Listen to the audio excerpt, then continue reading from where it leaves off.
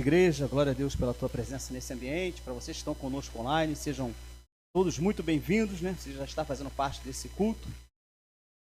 Apenas fazendo uma correção, a nossa ceia não será no dia 4, será no dia 11, tá bom? Então, não é o próximo, é o outro final de semana, ok? E nós estamos aí diante, como já ouviu o anúncio do bispo, enfatizado ali, nós estamos aí diante das nossas festas proféticas, que será no dia 2 de abril. É importante que você participe, que você compreenda, saiba a importância disso e receba uma palavra a mais para a sua vida, para que você conheça um pouco mais sobre o que era o memorial, o que é você glorificar a Deus através das festas, através dos momentos que foram prescritos por ele na própria Bíblia, né? E é interessante como que o bispo vai, como tem feito todo ano, como ele contextualiza isso aí, aplicando para os nossos dias de hoje, né? Festas judaicas sendo aplicada para como nós fazemos, como nós somos gratos, né? Como nós glorificamos a Deus nos dias de hoje, amém? Eu te convido agora a você abrir sua Bíblia, no livro de Isaías, capítulo 8. Isaías, capítulo 8, verso 11 ao verso 13. Isaías 8, 11 a 13. Convido a você também que está conosco online, está nos assistindo, que você comente, que você curta, que você compartilhe, né, esse link com quem quer que você queira, para que o nome e a palavra de Deus, né, seja estendida a maior quantidade de pessoas possíveis, porque a palavra dele, como a própria palavra dele nos diz, ela nunca volta vazia. Livro de Isaías, capítulo 8, verso 11 ao verso 13. Você que tem a Bíblia de papel, ou você tem a Bíblia online, abra ela aí em Isaías 8, de 11 a 13. Palavra do nosso Deus diz assim: o Senhor falou comigo com veemência, advertindo-me a não seguir os caminhos desse povo. Ele disse: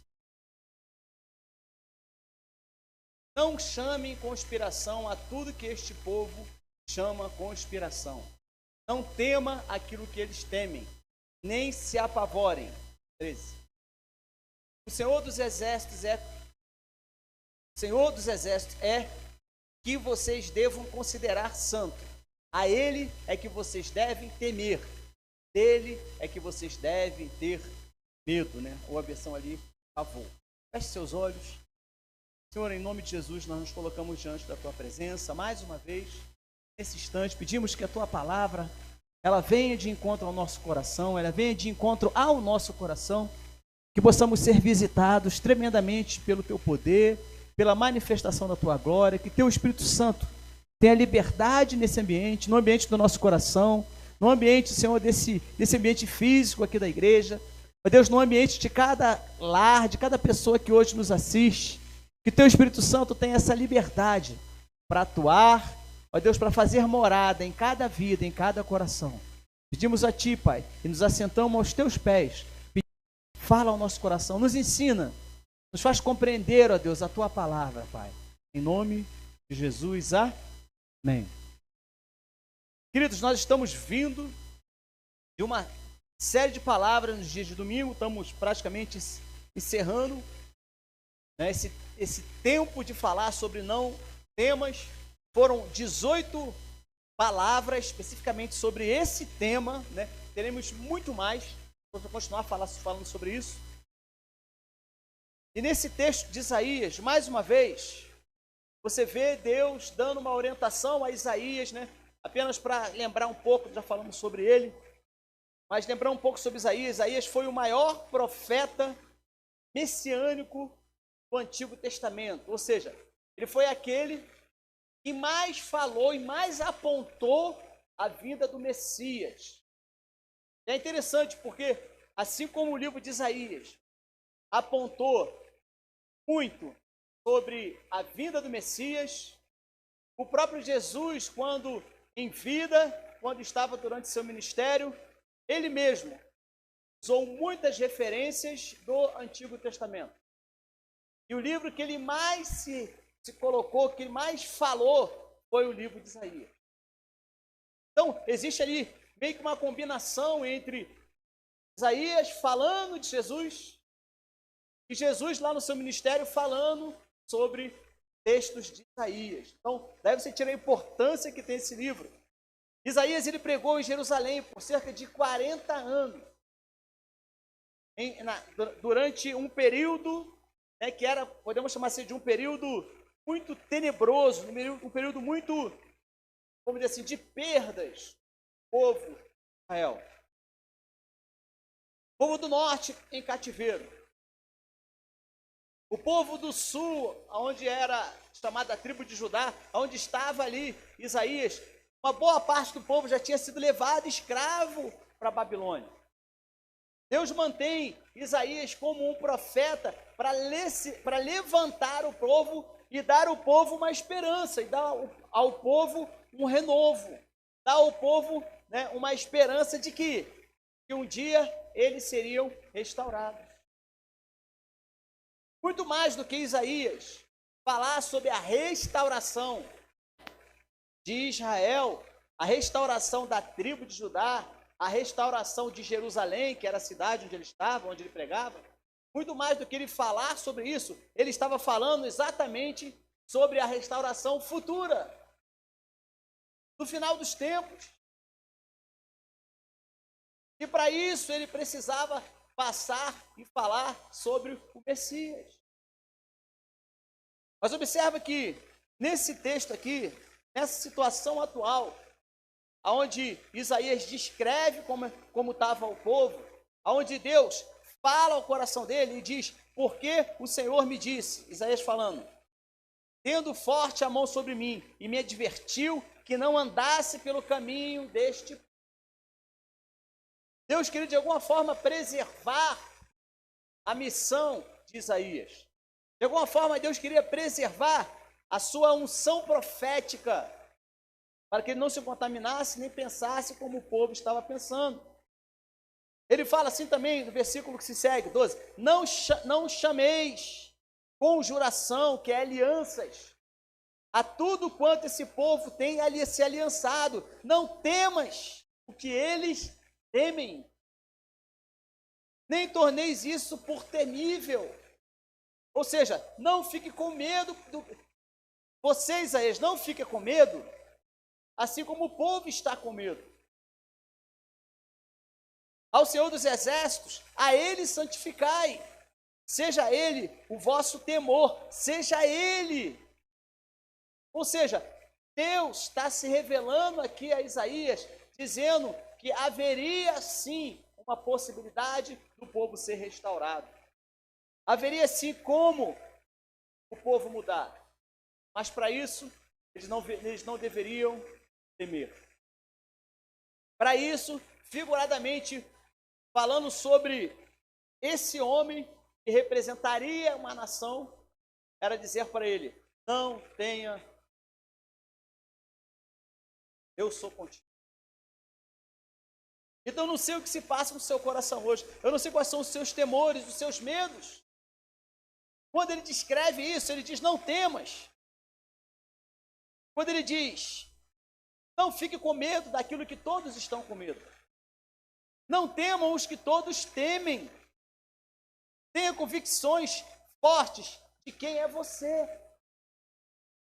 O maior problema hoje, para aqueles que têm medo, o maior problema hoje para aqueles que vivem a amargura, o maior problema hoje daqueles que vivem perseguidos, fazendo uma comparação com o povo de Israel dessa época, é porque o povo não tinha, ou melhor, o povo não, eles tinham uma identidade, mas eles não compreendiam a sua identidade, eles não sabiam quem eles eram, eles não sabiam mais o poder que Deus poderia ter para livrá-los dos seus perseguidores, dos seus opositores, daqueles que viriam do norte e iriam destruir Jerusalém. O povo desacreditou disso. E é exatamente isso que Deus está falando aqui nesse texto para nós. Não coloque a sua energia nisso, nesse medo. Por quê? Porque muitos desfocam, tiram a visão de quem Deus realmente é e coloca a visão dos seus problemas, nas suas crises, nas suas lutas, nas suas perseguições, naquilo que ela não consegue vencer, naquilo que ela não consegue romper. A exortação de Deus aqui, através de Isaías para o povo, e provavelmente seja isso sobre a sua vida, é que você precisa crer e acreditar que existe um Deus que está muito acima dos seus problemas, está muito acima das suas dificuldades, que está muito acima das suas angústias, que está muito acima da sua depressão, está muito acima da sua rejeição. Mas o problema não é esse Deus que faz isso. O problema é o nosso coração, que é duvidoso. É o nosso coração que muitas das vezes se sente enfraquecido. O que Deus faz com Isaías é dizer para ele: olha, não seja como esse povo. O povo está desacreditando, o povo não acredita mais que eu sou o Deus de Israel. E muitos perdem energia, muitos tiram o foco, tiram a visão, tiram o entendimento de que Deus pode fazer todas as coisas. E começa a colocar a sua força, a sua energia, sabe em quê? Naquilo que ela está passando, na sua crise, na sua dificuldade. Não estou dizendo para você que você não deva se importar com isso. Mas se você compreender, você que serve a Deus, você que tem a Jesus já na sua vida, se você não tem, hoje é o dia de você decidir. Você precisa compreender claramente que o Deus que você serve é muito maior que as suas crises, que a sua dificuldade. Devemos ter nossa mente cativa a Deus, pois quando estamos com ela fechada para a fé, para as coisas de Deus, quando algo ruim chegar, você automaticamente já repreende, já recusa aquele pensamento e aquela proposta dentro de você. Você não permite viver aquilo. Essa é a diferença. Aquele que confia plenamente em Deus, quando ele vive dificuldades, quando ele passa por crises, quando ele passa por lamentos, quando ele passa por oposições, ele não se desfalece na sua fé. Sabe por quê? Porque ele crê, que ele tem a certeza que por mais que essa dificuldade tenha vindo, dentro dele, ele não aceita aquilo. O maior problema hoje é que muitos vivem crises e dificuldades, mas estabilizam a sua vida nesse entendimento. Param a sua vida nisso. Nada mais da vida dela vai para frente, ou dele. Por quê? Porque ela estacionou a sua vida na sua área de impossibilidades. É como se estivesse dentro de um quarto fechado, sem porta, sem janela. Não tem para onde sair. Muitos pensam assim: eu não tenho para onde sair, eu não tenho o que fazer. E se enclausuram, se prendem dentro desse entendimento. Diga para o seu irmão: Deus hoje quer te livrar disso. Ainda falando, não temas o que eles temem. O que para outros é temível, desesperador, Deus diz para você: não tema. Mas pastor, você só não está vivendo o que eu estou vivendo. Ora, por eu não estar vivendo o que você está vivendo, Deus não deixou de ser Deus. Bem? Para você viver o que você está vivendo, Deus não deixou de ser Deus. Ele não perdeu o poder porque você está vivendo em crise. Você está vivendo em angústia. Em Isaías 35, capítulo 4, olha só o que diz esse texto. Isaías 35, capítulo 4. Diz assim: dizei aos desalentados de coração, sede forte, não temas. Eis o vosso Deus, a vingança vem, a retribuição vem, Deus, ele vos salvará. No começo desse texto, dessa minha versão, fala assim: dizei aos desalentados. Nossa, como há pessoas que vivem o evangelho assim. Como há pessoas que vivem desalentadas.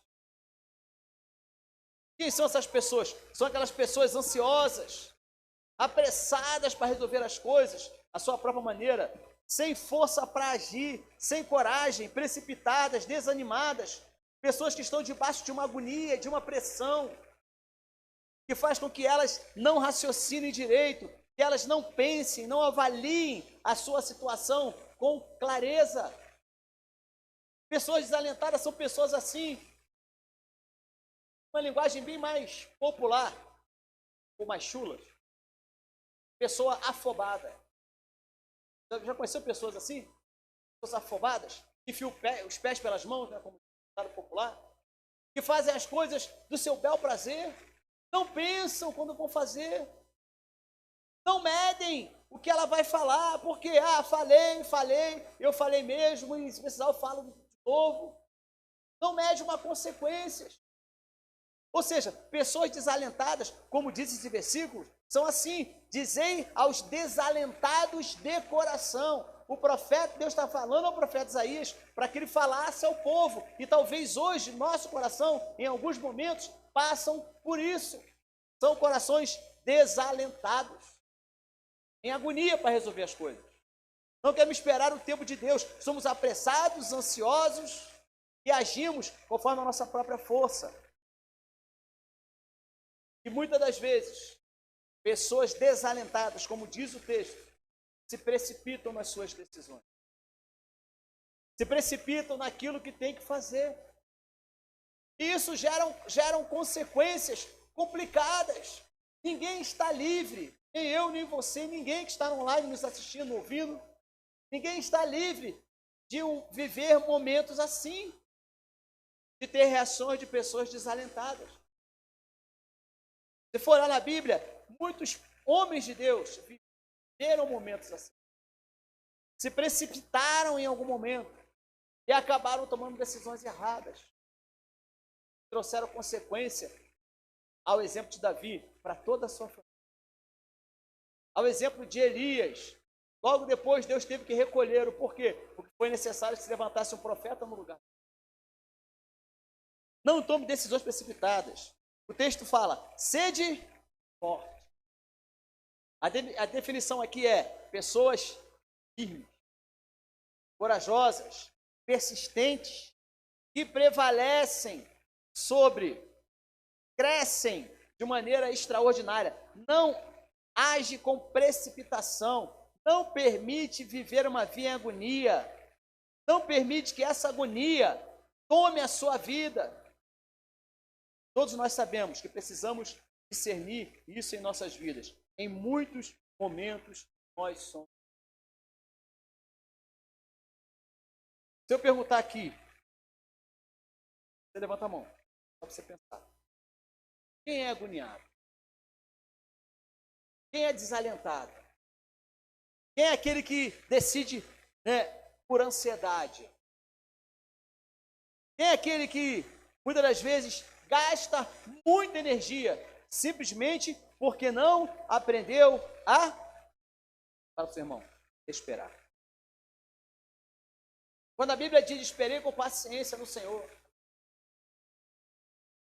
Duas coisas que, se fôssemos hoje botar em pauta, seria o que mais atrapalha o homem. O texto diz, esperei, como diz o texto, esperei com, quais são as duas palavras? Esperar, paciência. Você vê que são praticamente a mesma coisa ali, né? O problema é que muitas das vezes nós não somos assim. Quando a Bíblia nos dá uma ordem, nos dá uma direção e diz, esperai com paciência no Senhor. Ela está dando para você duplamente uma informação de que você não deve ser uma pessoa desalentada. Sabe esperar que Deus vai resolver. Fala para o seu irmão assim, pergunta para o seu irmão assim, já foi no médico alguma vez? Pergunta ele, já foi no médico alguma vez? Em linhas gerais, dependendo do problema que você tem, o médico vai passar remédio, não é isso? Em linhas gerais. Né? E esse remédio, talvez ele fale para você assim, ó, tome um comprimido de manhã e um comprimido à noite. Entendeu? Para alguma dor, alguma coisa que esteja passando. Então, quando você sai do médico, você está medicado. Né? Fala, ou medicado. Eu vou agora ter que tomar um comprimido de manhã, um comprimido à noite. Quantos dias, durante 5 dias, então me ajuda a matemática rápida. Quantos comprimidos? 10. Rápida, 10 comprimidos. Beleza. Deixa eu te perguntar. Se você tomar os 10 comprimidos de uma vez só, sua cura vai mais rápido? O médico receitou um de manhã e um de tarde. Um de manhã e de noite, durante 5 dias. 10 comprimidos. Você vai na farmácia e já fica em luta que só vende cartela com 15. Né? Normalmente é assim, né? Vai sobrar 5. Mas tudo bem, você vai usar 10. Vai adiantar você pegar os 10 comprimidos e falar assim, pô, já fui no médico, o remédio é esse, e agora eu vou tomar esse remédio. Toma os 10 comprimidos. Pronto. Daqui a meia hora, 1 hora, 2 horas, 3 horas, 6 horas, você está curado. É assim? É necessário que você espere com até que aquele remédio tenha um efeito. Até que, lentamente, você vai melhorando, você vai melhorando. Se não melhorar, volta no médico e te passa mais doses lá, não sei. Mas, em linhas gerais, nós não queremos esperar. Não é assim? Se for um menino pequeno, então, né? Mas se, de repente, não sei se você já passou por alguma experiência dessa com alguém ou com você mesmo, não sei. Mas você vai lá, machuca a perna e tal. Criança, ainda mais criança que não sabe esperar, né? Já acha que no outro dia já pode correr. Não, vai ficar aí. Tem que ficar aí parado até melhorar. Quantos dias? 14. Se for pior, 21. Com gesso. Com gesso. Ah, mas está coçando, mas tem que ficar parado. E aí? Você entendeu? Dá para chegar em casa e botei o gesso, resolvi. Chegou no outro dia em casa, tirou, pronto, melhorou. Não! Já machuquei o cotovelo. Vem aqui no cabeça do rádio aqui. Trincou. Uma queda. E aí, ao ser medicado, fiquei lá. Dias todinho, fazendo todo o tratamento bonitinho, fazendo tudo que deveria e tal. Quando o médico tirou o gesso, eu olhei pro meu braço, bicho feio, braço tudo branco, tudo sujo, eu olhei, meu Deus. Aí fui mexer assim, não dava, mexi pra cá, não dava. Aí o médico tirou outro raio-x e falou o seguinte pra mim, a sua fratura já está calcificada, isso aí, calcificada. Já está tranquilo. Falei, possível, estou conseguindo esticar o braço. Falei assim, eu vou te receitar aqui 10 sessões. Aí eu fui lá, aí fiquei com o braço assim. Fui lá, aí consegui esticar, porque a musculatura, né, deu um retrocesso lá e tal. Fazer a fisioterapia. Na terceira sessão, como é que eu estava? O braço já estava esticado. Na quarta sessão, como é que estava? Estava bem. Na quinta, eu já fui pedir alta. Sabe o que o carinha lá, o médico lá para mim, o fisioterapeuta falou? Assim, não, ainda falta mais. Mas eu olhei assim e falei assim, mas eu estou bem aqui, ó, eu consigo mexer. Ele falou, ok, vem aqui, encosta na parede ali, faz tal movimento. Agora, estica. Estica. Não, se você conseguir esticar, eu te dou alta. Olhei para a cara dele ali, falta 5. Sabe por quê? Porque eu não queria o quê? O que eu não queria? Esperar com paciência. Entendeu como nós somos? Assim, muitas das vezes, a nossa vida espiritual. Nós não a queremos esperar com paciência. Fala para o seu irmão, aprenda a esperar com paciência. Não, fala com força, aprenda a esperar com paciência. O texto diz, a vingança vem. Deus vai colocar nas suas mãos para você decidir entre o certo e o errado. Aí é a hora de você mostrar se você é um cristão ou não. Homem de Deus ou não. Servo ou não. Essa é a hora. A vingança vem e a retribuição de Deus, ele vem e vos salvará. Porque Deus não traz vingança para destruir pessoas. A vingança de Deus, pôr em suas mãos a possibilidade de você ser exaltado dentro de um contexto de você sair por cima, entre aspas, e não de prejudicar alguém. Quando lemos esse texto e a gente vê que a vingança vai vir, a gente imagina assim, lembre-se, dentro do contexto, Isaías está falando para o povo que seria escravizado, para aqueles que já tinham uma parte, já tinham sido escravizado, com outra parte que ficou ali. Então o que estava dizendo ali? O povo queria que Deus o vingasse. O povo queria que Deus viesse lá um redemoinho de fogo, sei lá, fizesse alguma coisa e destruísse os inimigos de Israel. E quando a gente vai compreender, porque o nosso português ele é muito pobre nesse sentido, mas quando você vai compreender um pouco mais sobre esse texto aqui, entender a palavra vingança, não é eu estar com raiva dela e ela se dá mal e eu pensar assim, tá vendo? Deus me vingou. fez mal para mim, agora Deus faz mal para ela. Então, às vezes, a nossa interpretação, interpretamos de maneira errada, não é? Quando você contextualiza esse texto, você vai entender um pouco sobre vingança, Deus está falando para você o seguinte: eu vou te dar dupla honra, eu vou te levantar nessa situação, você vai sair por cima dessa crise, mas não necessariamente quer dizer que aquela pessoa vai ter que sofrer porque fez isso com você. O que o povo de Israel queria é o quê? Gente, os discípulos queriam isso. Falaram para Jesus o quê? Mestre, é nesse tempo que o Senhor vai restaurar, né, a Israel como reino nesse mundo? Jesus olha para ele e fala assim: pô, estou com vocês já há tanto tempo, vocês não entenderam que meu reino não é desse mundo? Nós somos assim. Se você quer que haja vingança, talvez na dificuldade que você tenha passado, se alguém te lesou em alguma coisa, se alguém te prejudicou em alguma coisa, se alguém te usurpou alguma coisa que não deveria, a sua oração no sentido de vingança não é que Deus pese a mão sobre ele, é que Deus te dê dupla honra, você seja honrado, para que as pessoas vejam quanto elas estavam erradas. Esse é o significado da vingança, nesse contexto. E não querer que o outro seja prejudicado. Para o seu irmão, cuidado com vingança. Deus está salvando, muitas das vezes, nós mesmos. Você quer ver? Davi, no Salmo 22, versículo 13, ele fala assim: mas eu sou... Alguém lê para mim, só para não ficar uma palavra... Acha aí, Salmo 22, 6. Salmo 22.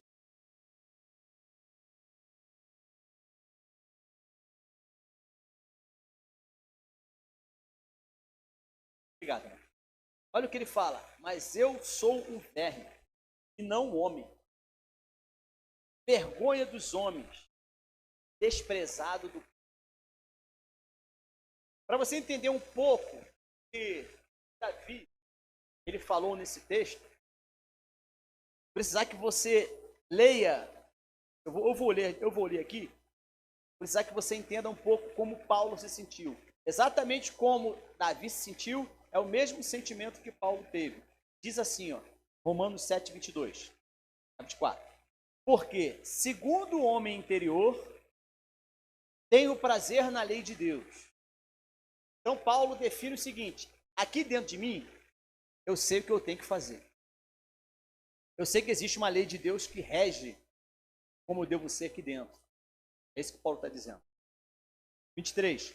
Mas vejo nos meus membros outra lei, que trabalha contra a lei do meu entendimento e me prende debaixo da lei do pecado,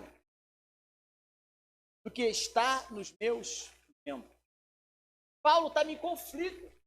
Davi, nesse texto de Salmo 22, também é o mesmo conflito.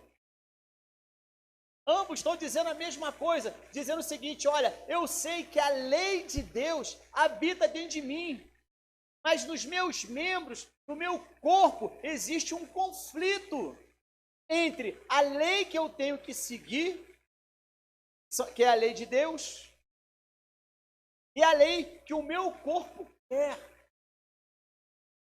Que o meu pensa, a minha crise está instalada, como diz aqui, no meu entendimento. Existe uma coisa que eu preciso fazer, que eu sei que eu tenho que fazer, mas o meu corpo briga comigo. Mas a lei que manda no meu corpo, minha lei natural, a minha vontade, o meu desejo, meu querer, discute com a lei de Deus que existe dentro de mim. Quando você vai ler Gálatas, você vai ver que é muito claro quando ele fala sobre a luta da carne e a luta da carne e do... Para pensar numa coisa. Se não existisse leis, falando de leis humanas, você andaria na estrada a quantos quilômetros por hora? Se não existisse leis dizendo onde você pode estacionar, você estacionaria seu carro aonde? Tem lei. Pode estacionar onde? Em qualquer lugar. É isso. E hoje em dia, mesmo debaixo de leis, né? Tem gente que estaciona em qualquer lugar. É ou não é? Está lá escrito uma placa, não estacione. Diz que o juro credo estaciona onde? Debaixo da placa de não estacione. Aí quando a lei humana, ela vem, e através de quem? Guarda. E o guarda vem aplicar a lei que você infringiu. Aí agora você quer contar, sabe com o quê? Com a graça. É ou não é? Seu guarda. Foi rapidinho. Seu guarda, olha, nem queria parar aí, mas é que eu tinha que ir ali, não tinha vaga. Aí você quer contar com a graça, com o favor imerecido do guarda. Por quê? Porque você infringiu uma lei. Você infringiu a lei vai ser aplicada em cima de você, mas você quer contar com o favor imerecido. Você não merece aquele favor. Você quer que o guarda aceite os seus argumentos para você sair dali debaixo da graça, ser multado. Somos assim? É ou não é? Você levanta a mão, mas quem já parou numa blitz com um carro com documento errado, com pneu careca, com excesso de passageiro, com a luz da lanterna queimada? E quando o cara te para, que vai te dar lá uma dura, que vai olhar lá e fala assim, olha, lamento, mas eu vou ter que colocar o seu carro, porque a sua carteira de motorista está vencida. Você olha, poxa, seu guarda, quer contar com a graça dele. Então, ou seja, essa luta, Paulo descreveu que existia uma luta entre o que ele queria fazer, o que ele sabia que tinha que fazer no seu interior, mas os seus membros, mas a sua carne queria fazer de maneira diferente. Sabe como é que ele se define? Alguém lê bem alto para mim. Provérbios 7, 24. Você que está em casa, acha aí. Provérbios 7, 24. Olha como é que ele se define. Pode ler alguém.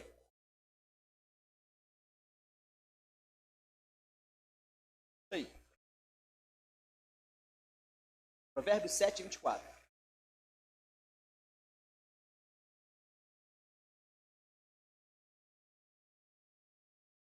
Acho que eu falei errado. É Romanos 7, 24. Vou ler as placas aqui. Romanos 7, 24. Que é a continuação dessa lei do corpo e a lei do Espírito, né? A lei de Deus e a lei dos homens.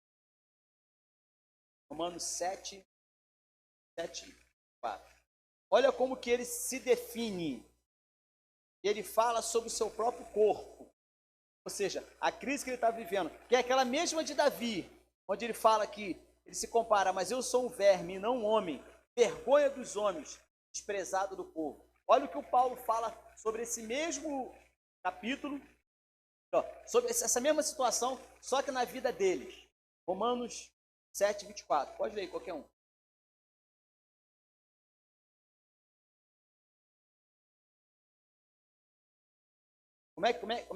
Qual é a primeira palavra? Desventurado. Alguém tem uma versão diferente? Miserável, olha ali. Paulo se define, depois dele ver a crise que existe dentro dele, entre ele querer viver de um jeito e o corpo querer viver de outro, ele fala assim, ó, miserável homem que sou, quem me livrará o corpo desta morte? Toda vez que há um conflito entre a lei de Deus, entre os princípios de Deus na sua vida, toda vez que há uma crise entre o que você sabe que tem que fazer e você não faz, Paulo reconheceu. O cara foi o maior evangelista da história da igreja. Se definir como miserável. Davi, o maior rei de Israel, se comparar a um verme. Sabe o que a gente entende com isso, nessa concordância bíblica? De que muitas das vezes nós somos exatamente aquilo que eles estão dizendo. Quem vai livrar a gente? Quando Isaías, ele vem e ele contextualiza isso, ele diz, não tenha medo, que existe um só Deus. Isaías 51, 7 diz, ouvi-me, vós que conheceis a justiça. Vocês conhecem. Vós, povo de cujo coração está a minha lei. Não temas o opróbrio dos homens, nem vos turbeis por causa das suas fúrias. Em outras palavras, o que Deus está falando aqui? Não vos turbeis. Toda vez que você entra em crise, com o que você sabe que você tem que fazer, e você não faz, dentro de você é gerado um conflito entre o seu corpo e o seu espírito. Fala para o seu irmão, vai vencer. Fala com ele, vai vencer. Quem for mais alimentado. Não vos turbeis, não fique abalado com medo. Deus não pode construir uma história na sua vida. Vou repetir. Deus não pode construir uma história na sua vida se você permanecer se fragilizando. Porque pessoas assim não suportam batalha. Vou repetir. Deus não pode construir uma história na sua vida se você permanecer se fragilizando. Porque essas pessoas não suportam batalha. O que mais você vai viver na vida, sabe o que é? Pode falar. Batalha. Não. Existe um mundo invisível ao nosso redor. Mundo espiritual. Que Paulo descreveu uma batalha entre teu corpo, a tua alma, teu espírito. E muito mais que existia uma batalha aqui dentro, uma batalha no espiritual ao nosso redor. E o inimigo, ele não quer abrir mão, sabe de quê? Querer tirar você dos princípios. De querer alimentar a sua carne. Sabe para quê? Para que ela vença, para que a sua carne vença o que Deus tem para você. Por isso que muitos ministérios não crescem. Por isso que muitas vidas não se desenvolvem os propósitos de Deus. Por quê? Porque ela está sendo alimentada na sua carne. Cada vez que você quer se alimentar da carne, o diabo está ali, prontinho, para facilitar tudo para você. E aí Paulo se olha, Paulo se vê no espelho espiritual, Davi se vê no espelho espiritual, diz assim, será como pode me livrar? Pode livrar o meu corpo correndo. Entendeu? Isso aconteceu com a nação. Isso aconteceu com toda uma geração. Uma geração morreu no deserto, você lembra? Uma geração que saiu do Egito. A geração que mais orou para sair do Egito. A oração que mais pediu a Deus para sair do Egito. A geração que fez mais jejum para sair do Egito. A geração que mais intercedeu para sair do Egito. A geração que mais pensava na sua terra prometida. A geração que mais sonhava que um dia voltaria para a sua terra prometida. Morreu todo mundo no deserto. Por quê? Deixou que o mal alimentasse. E quando os desígnios de Deus vinham, eles simplesmente desacreditavam. A ponto de dizer o quê? Melhor a gente ter ficado lá no Egito. Lá pelo menos tinha local para enterrar a gente. Então, lá tinha como a gente ser escravo, mas a gente tinha o que comer. Desacreditaram. Deus que ele serviu. Então, que essa palavra hoje possa trazer simplicidade. Não busque a sua justiça. Tenha temor.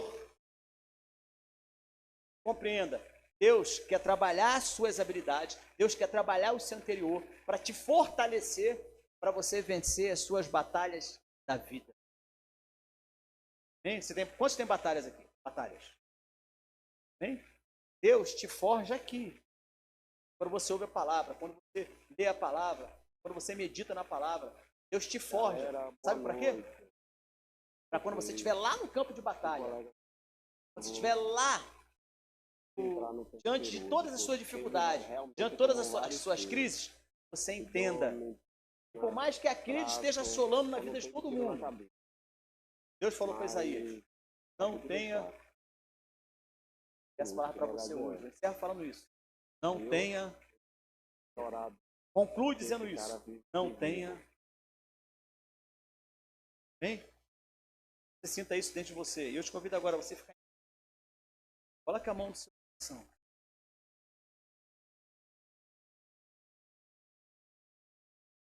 Eu não sei quais são os seus medos. Não sei o que tem te prendido.